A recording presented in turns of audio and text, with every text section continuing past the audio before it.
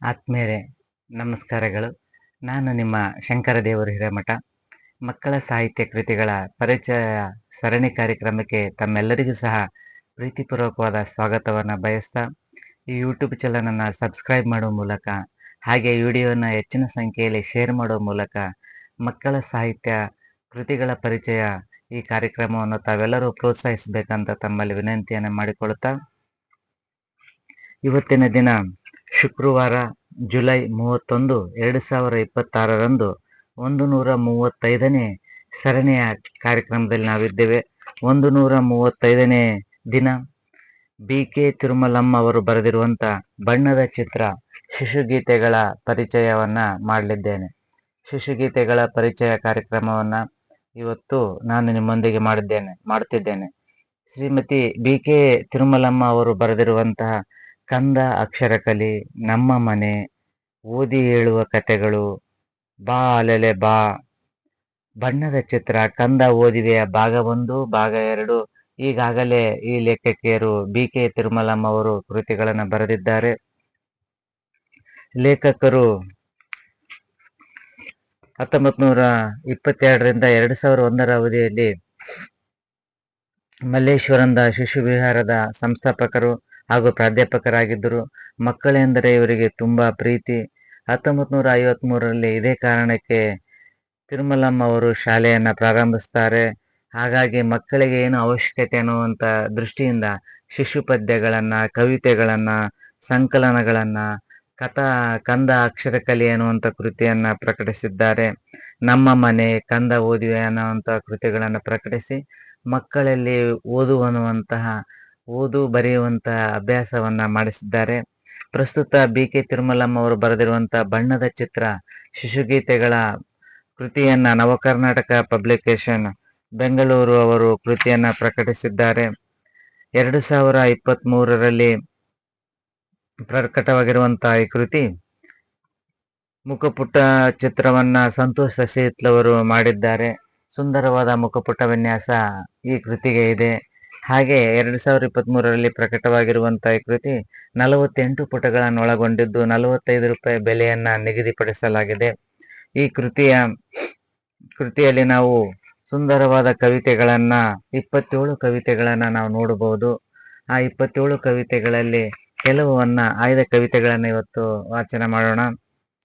ಚಲಿಸುವೆಯ ಅನ್ನುವಂಥ ಹಾಗೆ ಕವಿತೆಗಳಿಗೂ ಸುಂದರವಾದ ರೇಖಾಚಿತ್ರಗಳನ್ನ ಬಿಡಿಸುವುದರ ಜೊತೆಗೆ ಆ ರೇಖಾಚಿತ್ರಗಳು ಕವಿತೆಯ ಮೆರುಗನ್ನ ಹೆಚ್ಚಿಸಿವೆ. ಇನ್ನು ಚಲಿಸುವೆ ಅನ್ನುವಂಥ ಒಂದು ಕವಿತೆಯಲ್ಲಿ ಪುಟ್ಟ ಕೋತಿ ಡ್ರೈವರ್ ಆಗುವೆಯ, ಟರ್ರ ಬಸ್ ಅನ್ನು ಚಲಿಸುವೆಯ, ಪುಟ್ಟ ನಾಯಿ ಡ್ರೈವರ್ ಆಗುವೆಯ, ಪಟ ಸ್ಕೂಟರ್ ಚಲಿಸುವೆಯ,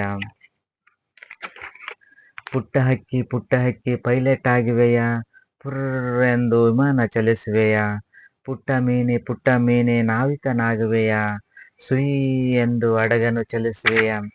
ಅಂದ್ರೆ ವಾಹನಗಳು ಹೋಗುವಂತ ಧ್ವನಿ ಅನುಕರಣೆಯನ್ನ ಹಾಗೆ ಮಕ್ಕಳಿಗೆ ಸರಳವಾಗಿ ಶಿಶುಪ್ರಾಸಗಳಾಗಿರುವುದರಿಂದ ಮಕ್ಕಳು ತುಂಬಾ ಅವುಗಳನ್ನು ಅನುಕರಣೆ ಮಾಡ್ತಿರ್ತಾರೆ. ಬಸ್ಸು ಸುರ್ರೋಯ್ತು, ಹಾಗೆ ನಾಯಿ ಟರ್ ಅಂತ ಬಾಳಲಾಡ್ಸ್ಕೊಂತ ಹೋಯ್ತು, ಹಾಗೆ ಅಕ್ಕಿ ಪುರ್ರ ಅಂತ ಹಾರೋಯ್ತು, ಮೀನು ಸುಯಿ ಅಂತ ಅಡಗಿನ ತರ ಹೋಯ್ತು ಅನ್ನುವಂಥದ್ದು.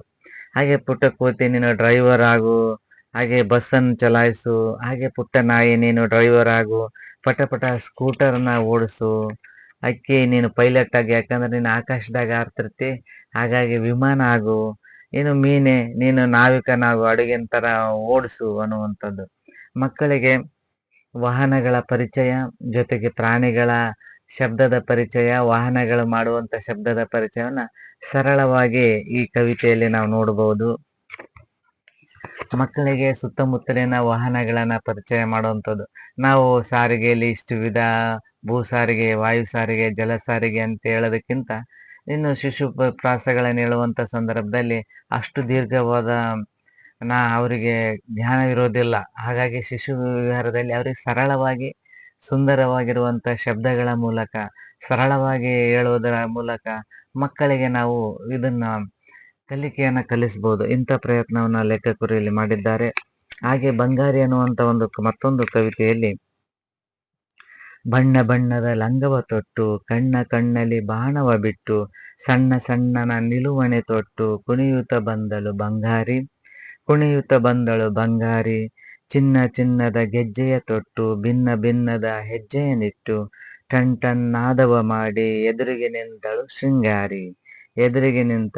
ಶೃಂಗಾರಿ ತಕ್ಕ ತಕ್ಕನೆ ಹೆಜ್ಜೆಯನ್ನಿಟ್ಟು ತಳತಳನೆ ಒಡೆಯುವ ತೊಟ್ಟು ಜಳಜಳನೆ ಭಾವವ ಕೊಟ್ಟು ನಿಲ್ಲದೆ ಕುಣಿದಳು ವಯ್ಯಾರಿ ಕೈ ಕೈ ಹಾಡಿಸಿ ಭಾವವ ಬೀರಿ ಮೈ ಮೈ ಬಲುಕಿಸಿ ನಡಿಗೆಯ ತೋರಿ ತೈ ತೈ ಕುಣಿಯುತ್ತ ತೆರೆಯನ್ನು ಸೇರಿ ಮರೆಯಲ್ಲಿ ಅವಿತಳು ಶೃಂಗಾರಿ ಮರೆಯಲ್ಲಿ ಅವಿತಳು ಶೃಂಗಾರಿ ತಕ ತಕ ತಕ ತಕ ನೋಟವ ನೋಡಿ ಪಕ ಪಕ ಶಬ್ದವ ಮಾಡಿ ನಕ್ಕರು ಬಾಲರು ಶೃಂಗಾರಿ ನಲಿದರು ಗೆಳೆಯರು ವಯ್ಯಾರಿ. ಇಲ್ಲಿ ಒಬ್ಬ ಪುಟ್ಟ ಬಾಲಕಿ ಸುಂದರವಾದ ರೀತಿ ತಯಾರಾಗುವಂತ ಸಿದ್ಧತೆಯನ್ನು ಮಾಡಿಕೊಳ್ಳುವಂತ ರೀತಿ, ಹಾಗೆ ಅವಳು ಯಾವ ರೀತಿ ಗೆಳೆಯರ ಜೊತೆಗೆ ಹೋಗ್ತಾಳೆ ಅನ್ನುವಂಥದ್ದು. ಬಣ್ಣ ಬಣ್ಣದ ಲಂಗವನ್ನು ತೊಟ್ಟುಕೊಂಡು ಕಣ್ಣನ್ನ ಆಕರ್ಷಕವಾಗಿ ಕಣ್ಣುಗಳನ್ನ ಮಾಡಿಕೊಂಡು, ಯಾಕಂದ್ರೆ ಎಲ್ಲರೂ ನನ್ನನ್ನೇ ಗಮನಿಸ್ಬೇಕು, ಎಲ್ಲರ ಆಕರ್ಷಣೆಯನ್ನ ತನ್ನ ಕಡೆ ಸೆಳೆಬೇಕನ್ನುವಂತಹ ಒಬ್ಬ ಬಾಲಕಿಯಾಗಿ ಚಿನ್ನದ ಗೆಜ್ಜೆಯನ್ನು ತೊಟ್ಕೊಂಡು ಭಿನ್ನ ಭಿನ್ನದ ಹೆಜ್ಜೆಯನ್ನು ನಾರ್ಮಲ್ ಆಗಿ ಬರೋದಿಲ್ಲ, ವಿಭಿನ್ನವಾಗಿ ಬರುವಂಥದ್ದು. ಹಾಗೆ ಟನ್ ಟನ್ ನಾದವ ಮಾಡಿ ಎದುರಿಗೆ ಬಂದಳು ಶೃಂಗಾರಿ. ಹಾಗೆ ತಕ್ಕ ತಕ್ಕನೆ ಹೆಜ್ಜೆಯನ್ನಿಟ್ಟು ತಳತಳ ಹೊಳೆಯುವಂತ ಒಡೆಯುವನ್ನು ತೊಟ್ಕೊಂಡು ಜಳ ಜಳ ಭಾವವು ಕೊಟ್ಟು ನಿಲ್ಲದೆ ಕುಣಿದಳು ವಯ್ಯಾರಿ. ಯಾಕಂದ್ರೆ ಅವಳು ನಿಲ್ಲದೆ ಅಡ್ಡಾಡ್ತಿರ್ತಾಳೆ. ಯಾಕಂದ್ರೆ ಎಲ್ಲರೂ ತಾನು ನೋಡ್ಬೇಕು, ತನ್ನ ಕಡೆ ಗಮನ ಕೊಡಬೇಕು, ಎಲ್ಲರ ಆಕರ್ಷಣೆಯ ಕೇಂದ್ರ ಬಂದು ತಾನಾಗ್ಬೇಕನ್ನುವಂತ ಆಸೆಯೊಂದಿಗೆ ಕೈ ಕೈ ಆಡಿಸಿ ಭಾವವ ಬೀರಿ ತಕ್ಕ ತೈ ಕುಣಿಯುತ್ತ ತೆರೆಯನ್ನು ಸೇರಿ, ಇನ್ನು ಗೆಳೆಯರ ಜೊತೆಗೆ ಸೇರಿದಾಗ ಗೆಳೆಯರು ಸಹ ಈಕೆಯ ತಕ್ಕ ತಕ್ಕ ನೋಟ ಪಕ ಪಕ ಅನ್ನುವಂತ ಬಟ್ಟೆಯನ್ನು ನೋಡಿ ಅವರು ಬಹಳ ಖುಷಿ ಆಗ್ತಾರೆ. ಅಂದ್ರೆ ಮಕ್ಕಳು ಮಾಡುವಂತ ಕೆಲವೊಂದು ತುಂಟಾಟಗಳನ್ನ ಈ ಕವಿತೆಯಲ್ಲಿ ಸೆರೆ ಹಿಡಿದಿದ್ದಾರೆ.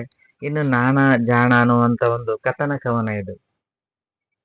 ನದಿಯ ದಡಕ್ಕೆ ತಿಂಡಿ ತಿಂದು ನಡೆದೆ ನಾನು, ತಿಂಡಿ ನೆರಳ ಕಂಡು ನಾಯಿಯಂತೆ ಅಲ್ಲ ನಾನು, ತಿಂಡಿ ಹಿಡಿದ ನನ್ನ ನೆರಳೆ ಕಂಡೆ ನಾನು, ನಾಯಿ ಮೋಸ ಹೋದ ನೆರಳ ಕಂಡೆ ನಾನು, ಕೊಟ್ಟ ತಿಂಡಿ ತಿಂದು ತೇಗಿ ಬಿಟ್ಟೆ ನಾನು, ಬಿಂಬ ನೋಡಿ ತಿಂಡಿ ಬಿಸಡೊಲ್ಲೆ ನಾನ್, ಕಥೆಯ ಕೇಳಿ ತಿಳಿದುಕೊಂಡು ಹೊರಟೆ ನಾನ್, ಜಾಣನಾಗಿ ತಿಂಡಿ ತಿಂದು ಬಂದೆ ನಾನು. ಇಲ್ಲಿ ನಾನ್ ಜಾಣ ಅನ್ನುವಂತ ಒಂದು ಕಥನ ಕವನದಲ್ಲಿ ಒಂದು ನಾಯಿ ಆಹಾರಕ್ಕಾಗಿ ಹಸಿವಾದಾಗ ಹೋಗಿ ರೊಟ್ಟಿಯನ್ನು ತಗೊಂಡಿರುತ್ತೆ. ರೊಟ್ಟಿ ತಗೊಂಡು ಹೋಗ್ಬೇಕಾದ್ರೆ ದಾರಿಯಲ್ಲಿ ಅದಕ್ಕೆ ಹಳ್ಳ ಕಾಣುತ್ತೆ, ಹರಿಯುವಂತ ಸಣ್ಣ ಹಳ್ಳದಲ್ಲಿ ನೋಡಿದಾಗ ಅದರ ಮುಖದಲ್ಲಿ ತನ್ನ ಪ್ರತಿಬಿಂಬವನ್ನು ನೀರಿನಲ್ಲಿ ಕಂಡು ಮತ್ತೊಂದು ನಾಯಿ ಬಂದಿದೆ ಅಂತೇಳಿ ಅದಕ್ಕೆ ಬೊಗಳಕ್ ಹೋಗಿ ಬಾಯಿ ತೆಗುತ್ತೆ. ಬಾಯಲ್ಲಿರುವಂತ ರೊಟ್ಟಿ ಜಾರಿ ನೀರಲ್ಲಿ ಹೋಗ್ಬಿಡುತ್ತೆ. ಹಾಗಾಗಿ ನಾನು ಆ ತರ ದಡ್ಡ ಅಲ್ಲ, ನನ್ನ ಬಿಂಬವನ್ನ ನಾನು ನೋಡಿ ಏನು ಬಯಕ್ ಹೋಗೋದಿಲ್ಲ. ಹಾಗಾಗಿ ನಾನು ಏನಂದ್ರೆ ನನ್ನ ತಿಂಡಿ ನಾನು ತಿಂದು ಬಿಡ್ತೀನಿ, ನಾಯಿ ಹೆಂಗೈತೆ ಮೋಸ ಹೋಗಲ್ಲ, ನಾನು ತುಂಬಾ ಜಾಣ ಅನ್ನುವಂತ ಭಾವನೆಯಲ್ಲಿ ವಿದ್ಯಾರ್ಥಿಯನ್ನ ಕುರಿತಾಗಿ ಬರೆದಿರುವಂತ ಕವಿತೆ ಆಗಿದೆ.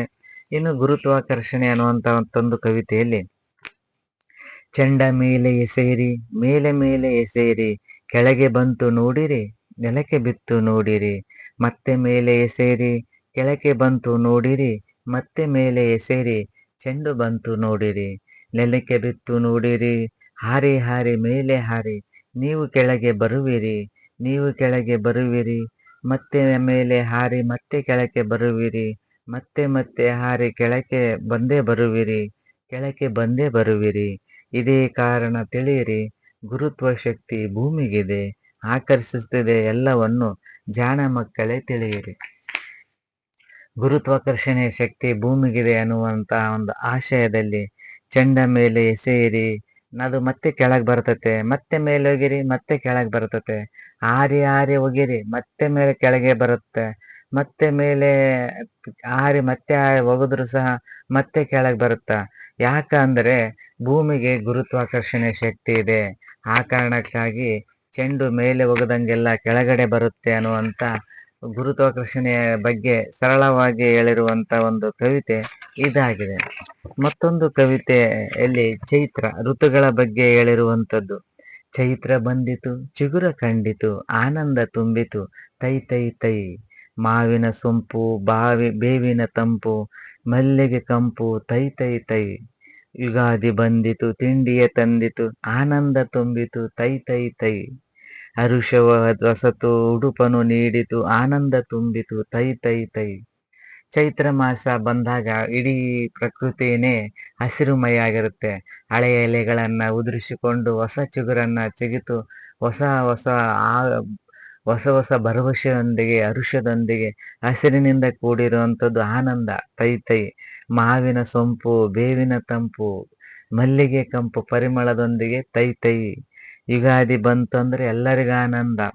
ಹಾಗೆ ಹೊಸ ಉಡುಪನ್ನ ತೊಟ್ಕೊಂಡು ಆನಂದದಿಂದ ತೈ ತೈ ಅನ್ನಂತ ಕುಣಿಯುವಂಥದ್ದು.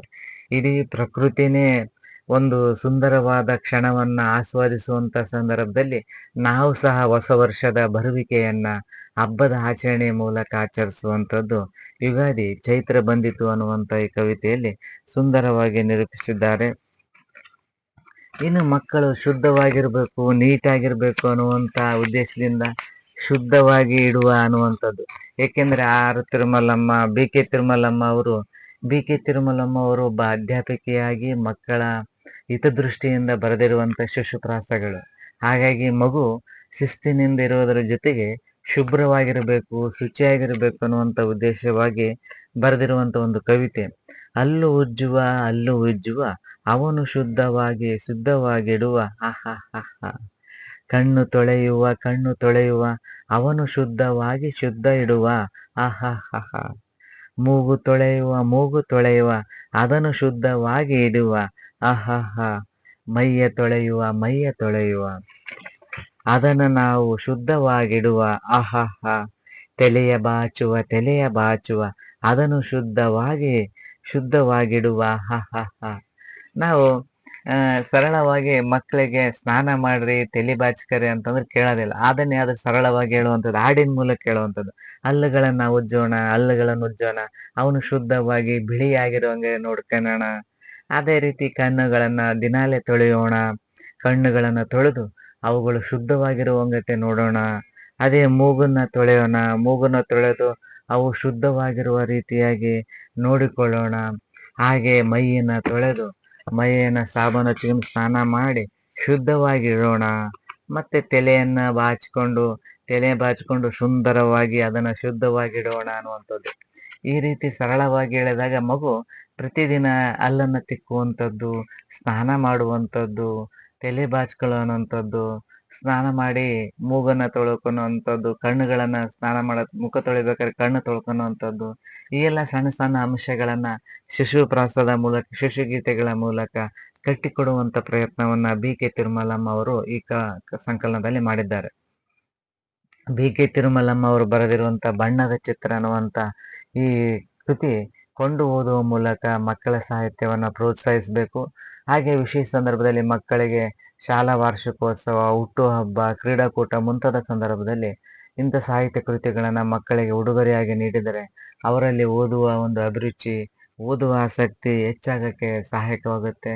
ಹಾಗಾಗಿ ಪಾಲಕರು, ಪೋಷಕರು, ಶಿಕ್ಷಕರು ಸಾಹಿತ್ಯ ಕೃತಿಗಳನ್ನ ಹೆಚ್ಚಿನ ಸಂಖ್ಯೆಯಲ್ಲಿ ಮಕ್ಕಳಿಗೆ ಉಡುಗೊರೆಯಾಗಿ ನೀಡಿ ಅವರು ಸಾಹಿತ್ಯ ಕೃತಿಯನ್ನು ಓದುವಂತೆ ಪ್ರೇರೇಪಿಸಬೇಕಂತ ಹೇಳ್ತಾ, ಇವತ್ತಿನ ದಿನ 135ನೇ ಸಾಹಿತ್ಯ ಕೃತಿಯ ಪರಿಚಯದೊಂದಿಗೆ ಇವತ್ತಿನ ಸಾಹಿತ್ಯ ಕೃತಿಯ ಪರಿಚಯ ಸರಣಿಯನ್ನು ಮುಗಿಸ್ತಾ ಇದ್ದೇನೆ. ನಾಳೆ ದಿನ ಮತ್ತೊಂದು ಸಾಹಿತ್ಯ ಕೃತಿಯೊಂದಿಗೆ ನಿಮ್ಮ ಮುಂದೆ ಹಾಜರಾಗ್ತೇನೆ. ಅಲ್ಲಿವರೆಗೂ ಧನ್ಯವಾದಗಳು.